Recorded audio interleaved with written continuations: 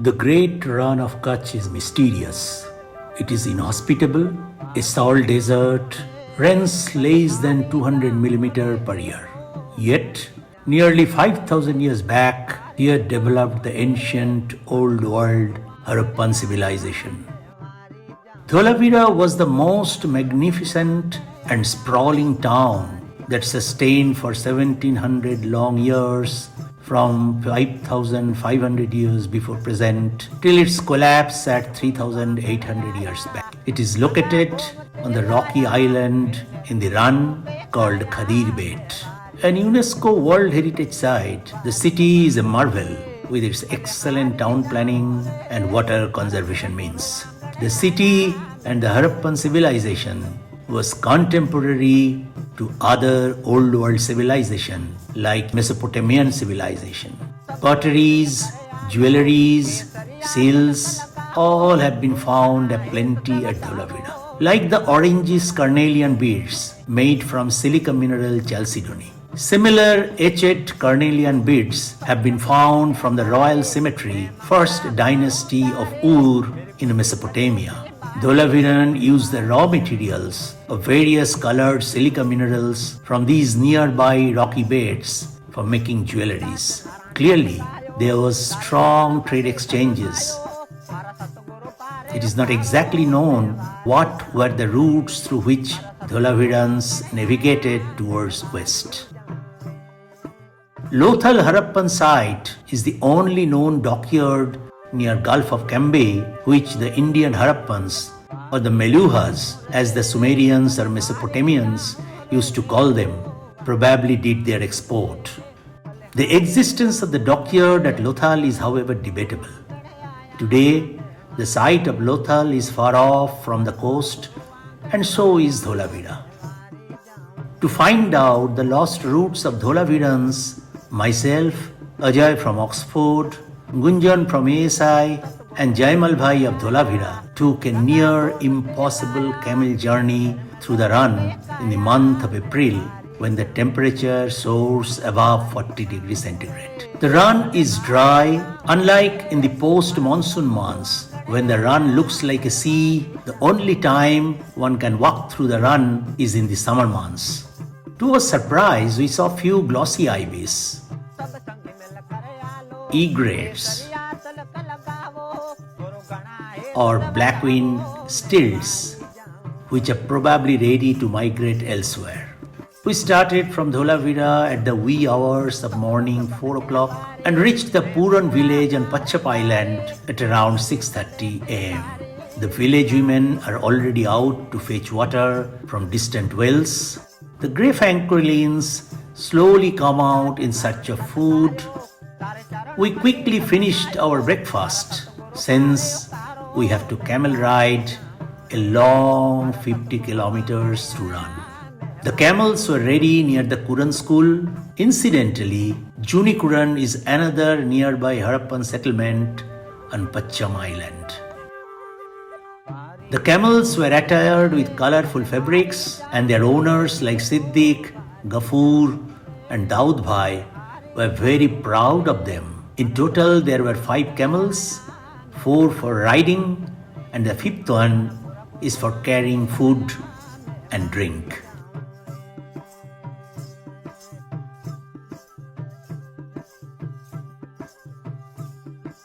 Prepared for the expedition, we started our journey towards Rann through the hills of Pacham Island. We all felt like Lawrence of Arabia. Thomas Edward Lawrence was both an army officer and an archaeologist. After an hour of ride, the Rann was near and visible. The sun blasting its rays on the Rann was apparently dry, but the moisture below still did not dry, posing danger of being bogged down in the invisible mud below. Siddiq and others were careful and started walking so that the camels are not stuck. They will only ride with us when they are sure that the ground is hard. Camel ride is extremely uncomfortable. and difficult even for an hour. It was nearly 3 hours. We traveled through the hills of Jurassic sandstones and then through the Rann. 11 a.m. in the watch, but the temperature was already 42 degrees. Thirsty, we badly needed a break.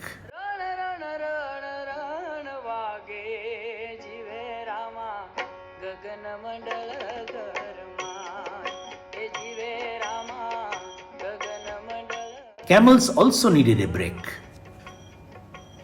And in fact, throughout the journey, we had 2 more breaks during the expedition. Sometime in the shepherds' jhopadis, eating the mawas they made from milk. Camels too needed water. So sometimes we searched for some water holes on dried riverbeds where the camels drank to their heart's content.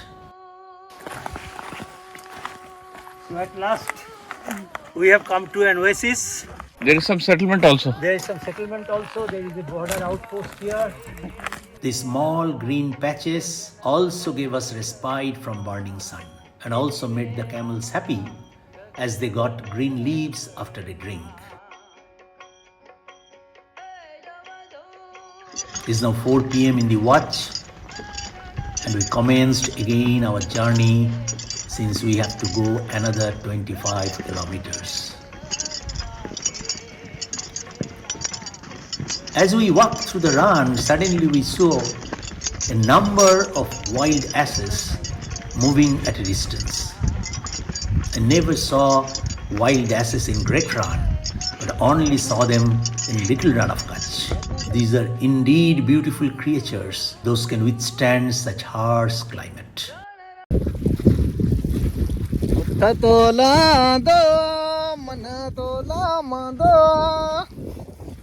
है बसेरा तो सा बेड़ो है ये तो भाई उठा तो ला दो मन तो ला दो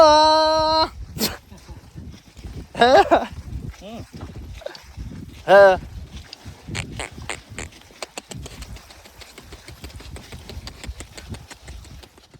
में दिल भरवाए साल न खापो मोहन नंद से मूसा तू रण जले पियो यार वञे ओ यार तो सवा मुझी कोन सरंदी मिलण पई जो हाणे थी वियो यार मुश्किल. The whole caravan kept on moving, but the destination seems to be far off and never ending.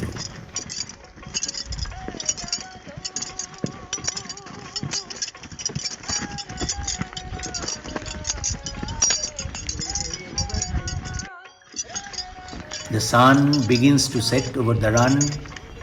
The day is nearing an end. Suddenly, the camels start behaving awkward. They move backward as their legs were getting stuck in the mud, as we were suspecting, and moving straight to Dholavira. Camels were skeptical, not knowing which direction to go. Siddiq, however, is a smart guy and eventually found a harder pathway and controlled the camels.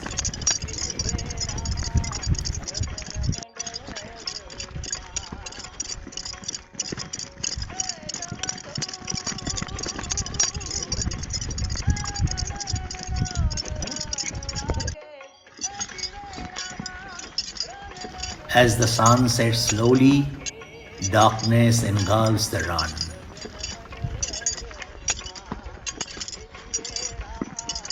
Visibility becomes zero. Only the light of Karni Mata temple near the BSF Karni post were visible, and these were our lighthouses. We kept on moving in the dark towards the lights, tired, drenched, exhausted, and nearly half dead. The caravan reached Dholavira at 11 p.m. late night. End of a maddening 15 hours of camel ride.